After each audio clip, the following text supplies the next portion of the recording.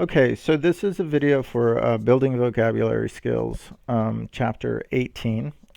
Sorry, 19. If you want to follow along, we're on page 10. All right, so let me go ahead and read these words, and then you can take a guess as to their parts of speech. First one's confirm, deceptive, defy, restrain, seclusion, submit, susceptible, transmit, valid, and vigorous. So here's our first one, confirm, and this one's a verb. Mr. Smith was released by the police when someone confirmed his statement that he'd been out of town the day of the murder. Yes, it's true, the manager said, confirming the report that his star player had asked to be traded to another team. So confirm means to back up, and in this case, it doesn't mean to back up as in to recede, but back up means to support or to show the truth of or verify. This is on page number 111, number 5. So when you confirm something means that what you're doing is you're saying that what someone else has said is true. So in the first example, the man was released from released by the police when someone else said this other guy did it, sorry, someone else confirmed his statement that he'd been out of town. Someone said it's true that he wasn't in the city on the day of the murder. In the second one, the manager is saying yes, it is true that the player on the team wanted to leave the team. So confirm means it means that someone has said something, and when you confirm it, you're proving that that is true. You're saying, yes, that is true. One of the times you may have heard this is if you're traveling. They don't make you do it as much anymore, but I know back like 10, 15 years ago, it was always super important that you confirm your flight. So if you were flying internationally, the day before you flew, you needed to call up the airline and say, yes, I am going to fly on the plane. So this again is just saying that something is true. So deceptive, this is an adjective. The seeming ease with which Naomi plays the piano is deceptive. Actually, she practices 4 hours each day. After stealing the MP3 player, Meg remained silent while another student was wrongly accused. Her silence was as deceptive as an outright lie. So deceptive means misleading. On page 111, deceptive is number 3, misleading, intended or intending to deceive. So as you can see from that definition, that deceptive comes from the word deceive. So when we're being deceptive, it means that we are intentionally trying to trick someone. We're trying to trick someone as to what the truth is. So in the first one, it says the seeming ease, meaning it looks like it's so easy for Naomi to play the piano, but it's not easy. She has to practice 4 hours every day to be that good.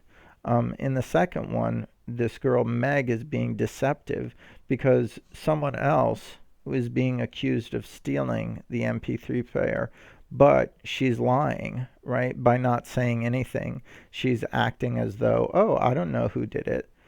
When she knows the truth. So deceptive means that you know the truth, but by doing something, you're covering over that fact. One of the benefits of being married is that you learn a lot of things about the other gender that you didn't know. So one of the things that I've learned since being married to my wife is just that there's a lot of deceptive things that about women's clothing that make women look a certain way that's not exactly true. So you can say that this is being deceptive as well. The next one here is defy. Defy is a verb. The automotive plant workers voted to defy the company and go on strike. After being forbidden to go out 3 evenings in a row, Ted defied his parents by walking right out the front door. So defy means to oppose.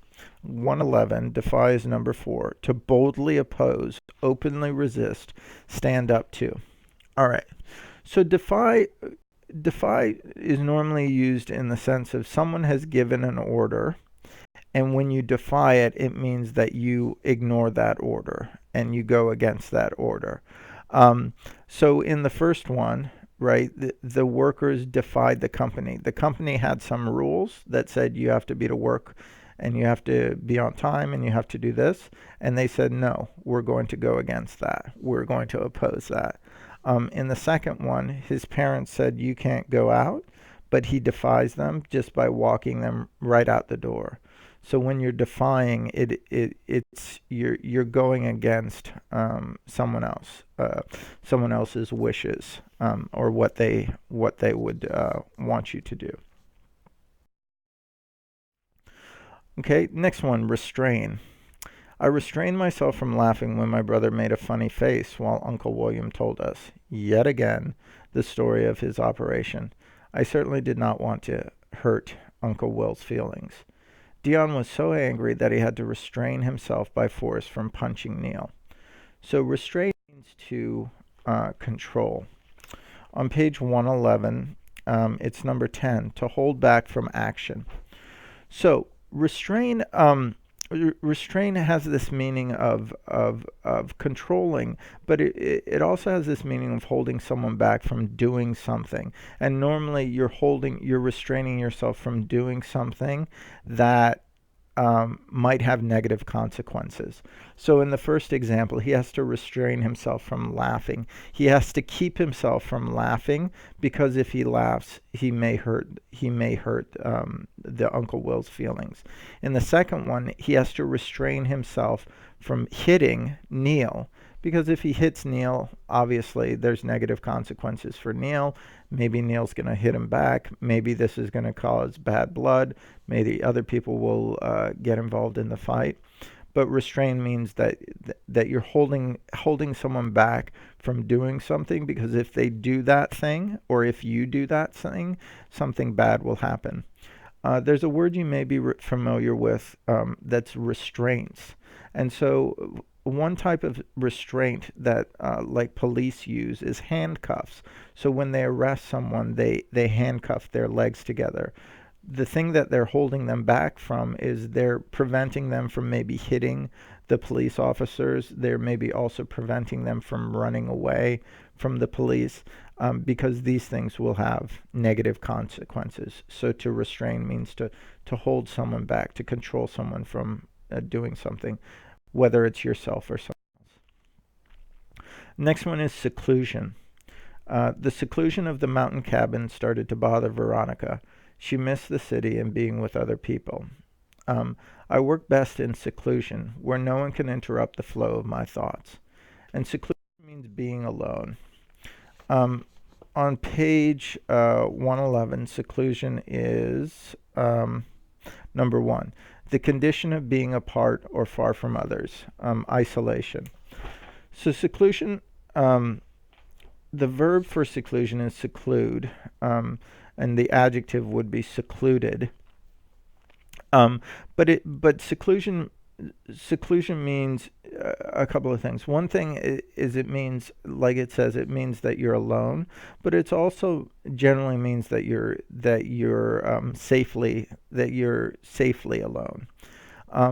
The word isolation, or isolate, it has a very similar meaning, but isolation has more of a meaning that someone else has made you be alone. So if you're in isolation, like in a classroom, when I used to teach high school, you might isolate a student, meaning that student is causing problems, and so you remove him from all of the other students or her. Seclusion basically means the same thing, but normally seclusion is like something that you would do for yourself for your own reasons. It's not so much of a punishment. So in the first example, a mountain cabin, right? This is a secluded place. It's away from everything else, but it would be a place where most people who like that kind of thing would go because they want to be away from everything else. In the second example, I work best in seclusion, meaning that I work best when I don't have a lot of distractions around me. So again, it's me taking myself away from everything so that it can be a peaceful situation. So next word here, submit. This is a verb. After bucking wildly for several minutes, the horse calmed down and submitted to the rider. For reasons of security, travelers must submit to having their luggage inspected at airports. So submit means to give in to another's authority or will, to yield. Sorry, to give in here. I was reading on page 111, submit is number 8, to give in to another's authority or will, yield. So submit, there's also the noun form of this is submission. But submit means that you say that someone else is right, or that you agree to do what someone else wants you to do. If any of you guys watch MMA or wrestling, there's often talk about submission moves. So hopefully there's someone who this means something to. But if they get you in an arm bar or some sort of lock, when you tap out, that means that you submit. And basically, you say, "Okay, you win. I give up." Now. We had the word before, forfeit, and we said forfeit means to give up, and this one means to give in. Now, what's the difference between the two? Well, there's definitely some similarity. Give up means that you quit, that you stop playing, right? Submit really means that you say the other person has won. Submit means that you say that person has won, and then you stop quitting, stop playing. Forfeit doesn't necessarily mean that you're saying the other person has won. They have won, but you may forfeit because you don't have enough players. You'd submit if you're getting beaten so badly, you just give in. The other thing here that we want to talk about submitting is in terms of this meaning is it doesn't just have to be in sports. It can be in any situation where there's a conflict between two people or there's different points of view. When you submit, you give in to the other person's point of view. Okay.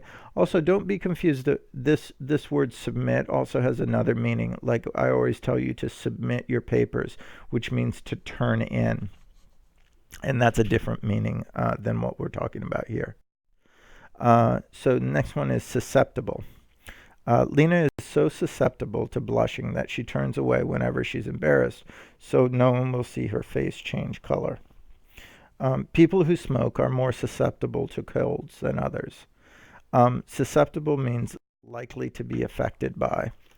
On page 111, it's number 2. Likely to be affected with or influenced, likely to be infected. So susceptible means that you have a weak tolerance for something, or you don't have a lot of strength to fight against something. So in the first one, this is an example of blushing. Some people, when they get embarrassed, they blush, meaning that their faces turn red. So this is something that happened so easily to this girl, Lena, that she would turn her face away so that other people wouldn't see it because she blushed so easily. In the second example, if you smoke, you're susceptible to colds, meaning that it's more likely that you're going to get a cold, that you'll get sick. Your immune system is not as strong. One thing to keep in mind with this word susceptible is that you'll notice that it's followed by to, and then it's followed by the thing that the person is affected by. Next word here is transmit, and this is a verb. Emergency signals were transmitted over all the city's radio stations. Before the microscope was invented, no one knew that a person could transmit a disease to someone else. through invisible germs. So transmit means to pass along. So if we look at this word, we have again this word part trans, and we've had before transfer, but trans means across. So transmit means to send something, from one place to another. On page 111, it's number 9. To communicate, to pass or spread information and illness. So transmit can mean to communicate, but really what it means is that it's passing the information from one place to another. Normally when we're talking about transmit in terms of communication, we're talking about it either radio or some sort of electronic transmission where you're sending things that way. We wouldn't say face to face, we're not transmitting. If we're talking, we're not transmitting in that sense. Transmit is also often used with diseases. So in the second example, we now know that diseases can be transmitted from germs, so that if I'm sick and I cough on you, I can make you sick. That's something they didn't know in the past. But so in this case, the disease or the sickness is moving from one person to another. The next one is valid. This is an adjective. The research study was not valid because much of the evidence had been made up by the researcher. Your accusation that I'm not responsible isn't valid, Myra told her father. I've done all my homework already and even cleaned the living room. Valid means well supported. On page 111, valid is number 6. Firmly based on facts or logic. Logical, based on good reasons. All right. So valid, if something is valid, it means it's true. It's true, but the reason that it's true is because there's a lot of evidence to support it. One of the things here that people, in the news argue about is whether or not, climate change is valid, the idea of global warming. So people who support it, who say that it is valid, will show you all of the evidence that shows you that the temperature of the Earth is actually getting warmer, and that this increase in temperature is correlated or is connected with or is happening at the same time with the increase in these greenhouse gases that we have from cars and whatnot. People who would say it's not valid will say, well, in the past the Earth has changed temperature, and we can't, just because these two things are happening at the same time, we can't say that one thing is causing the other. So you can see that that when you say something is valid, it depends on what your opinion is of the evidence. So while true should be true for everybody, valid may be valid for some people, but invalid for other people. And then here we have vigorous, and this is an adjective. My 80-year-old grandmother is still vigorous enough to walk 5 miles a day. The best instructors have vigorous teaching styles, lively enough to make any lesson interesting. So vigorous means energetic. On page 111, it's number 7, lively, energetic, or strong. So if we look at the word vigorous, vigorous comes from the word vigor, and vigor has the meaning of energy or strength, but it means more like life energy or life strength. So when we talk about something or someone who is vigorous, it means that inside of them that they have some life or some energy that's coming forward and is coming out and is apparent to other people. So if we look at the first example, this 80-year-old grandmother, she still has a lot of energy, right, to walk 5 miles a day. Pardon me. And here the best instructors have vigorous teaching styles, right? They have a lot of energy. They're very engaging in front of the class. I was just in a class. I was just observing two different classes of two different teachers, and I noticed there was a huge difference in how vigorous one was and how the other one was not very vigorous. And it was interesting because the classes were at the exact same time of night. I watched one on one day and the one the next day, but the level of energy in the room was completely different. In the classroom with the vigorous teacher, the students were very active and engaged and energetic, even though they were all just sitting in their chairs. And in the second classroom, it wasn't vigorous at all. The teacher wasn't very vigorous. The teacher was very passive, was very sedate. Both of the teachers obviously knew what they were talking about and were making a big effort, and their classes were organized and they had all the information. But the teacher who wasn't very vigorous, um, there was the students were more tired. People weren't as engaged, weren't paying as much attention, and I also it was harder for me to follow what she was talking about because of the level or the lack of vigorousness. Anyway, I hope that helps you explain understand vigorous. But anyway, it was a situation I just had. Okay, so go ahead and do the online activities for this, um, and then answer the questions and bring any additional questions you have to class. See you in class. Take care. Bye.